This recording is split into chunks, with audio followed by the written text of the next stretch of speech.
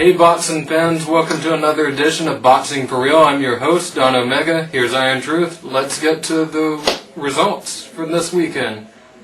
Okay, first result that we want to talk about was Alan Green dominating Bonsante, just like we basically picked. Definitely. It wasn't real. We're not proud of picking that or anything. It was pretty obvious to pick, but Green came out and just broke his man down. He said he was that Bonsante was not on his level, and he showed that he wasn't. Definitely. We picked middle round knockout. That's exactly what he had.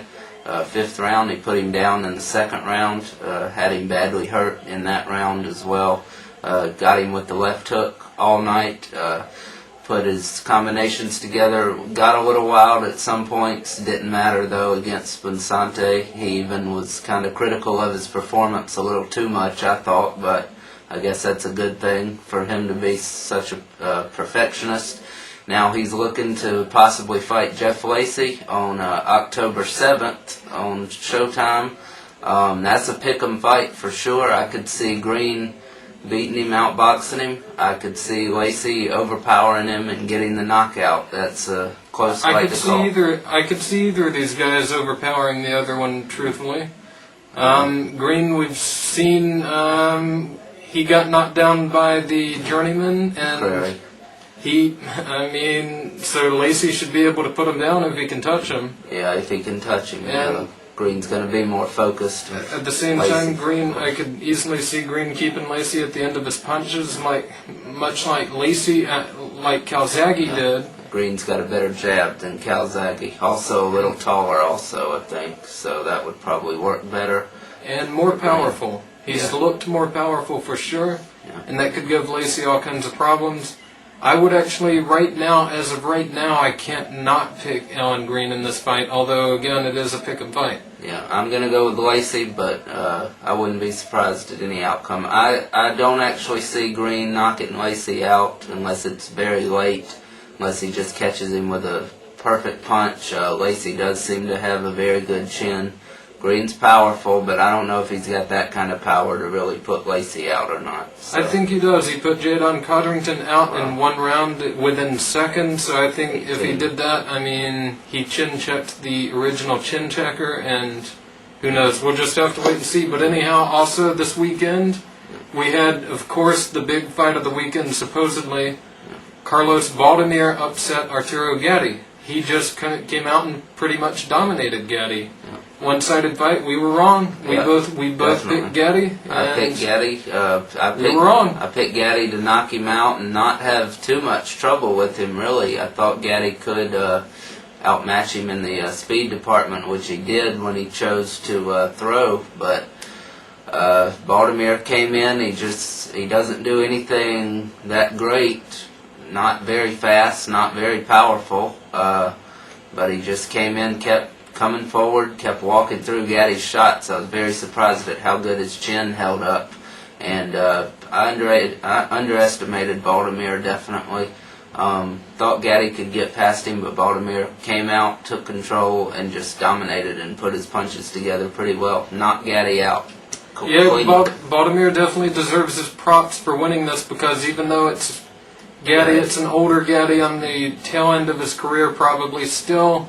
The fact is, Baldomir, I thought he was nothing more than maybe a slightly better dam guard, and he came out and proved that he's not. He's definitely someone that... you can say he's a good fighter now. He's a good fighter. He's a good opponent against people. He's definitely way better than he looked whenever he was first signed to fight Sab Judah. Yeah. So anyhow... we'll see what Baldomir does from here. We'll see who he fights next. He wants Mayweather. I doubt Mayweather's going to waste his time with that. He also mentioned Hatton. It looks like Hatton's moving back down to 140. Hopefully. So that probably won't happen either. Hatton he couldn't handle Luis Collazo. I doubt he'll want to even try to chance it with Baldomir, even though he should have a better chance against him. Who knows? Definitely. And Cotto is a good possibility for Baldomir. That's probably going to be the fight he looks for. That's a lot of money for Baldomir also. So that'd be a perfect fight for Cotto. I think Cotto knocks him out, really. Probably late rounds, and we'll have to see what happens with Baldomir, but he's definitely a good fighter, and look forward to seeing what he does in the future. So.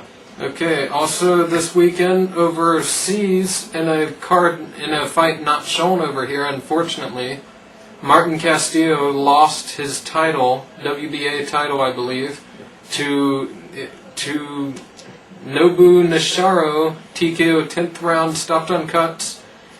We didn't see the fight, obviously, since it didn't show it here, which we're always going to bitch and moan about because they need to show these fights here. That'll never stop. And it read like a great fight. Yeah, it read like a fight of the year type fight.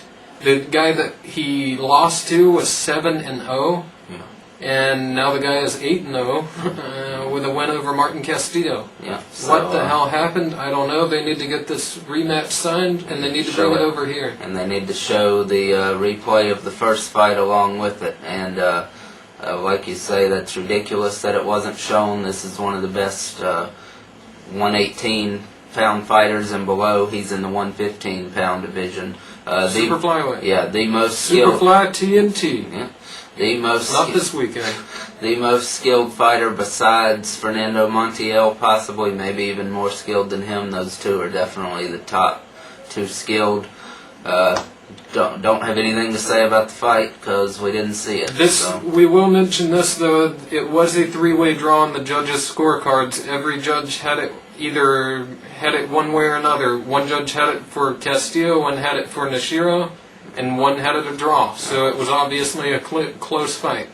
I guess. And in the minds of the judges. Yeah.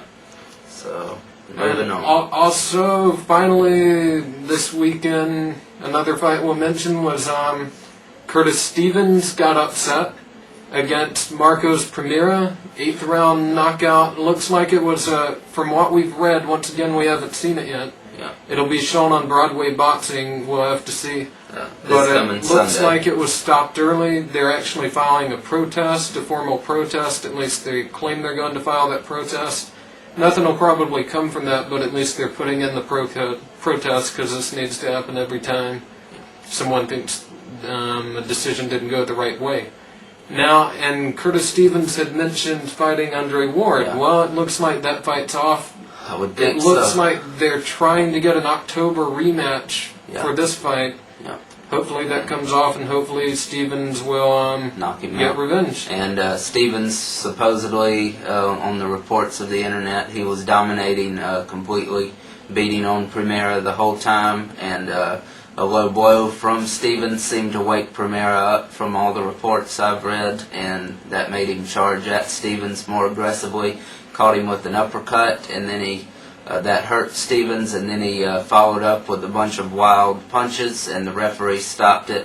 Have no idea whether it was too early. It should be on this coming Sunday on the MSG channel and some of those other kind of sports channels like that. Also on that card was Dimitri Salita winning a 6-round TKO in his match. So yeah, he keeps winning. Check it out, I guess. Coming back after the draw he had back on March 18th can't even remember who the guy was that he fought on this time or on the draw, but he got knocked down twice in his last fight with the draw. So there's trouble in DiBella's New York stable. It looks like everyone's at least not winning their fights here lately. Salita got another win, got back in the win column. These guys, prospects, all of them. Yeah. So they'll just have to keep getting back on that horse and keep going. So, okay, I guess that's going to do it for this show today. Remember, email us, boxingforreal@gmail.com. Check us out on the web, omegafights.com. And check out our friends over at fightfan.com. Shout out to Gary Digital Williams over at Fight News. And, so... enjoy. Have a good day.